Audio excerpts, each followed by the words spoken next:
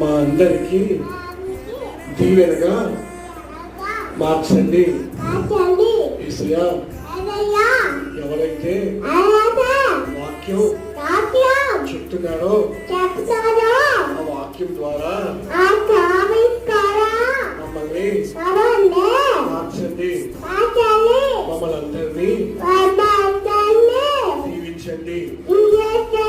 యేసయ్యా, ఇంకా ఎవరైతే వస్తున్నారో వారు క్షేమంగా రావడానికి సహాయం చేయండి. ఈ చిన్న ప్రార్థన యేసయ్య నామములో అడిగి వేడుకుంటున్నాం పరమ తండ్రి. ఆమేన్. Very good.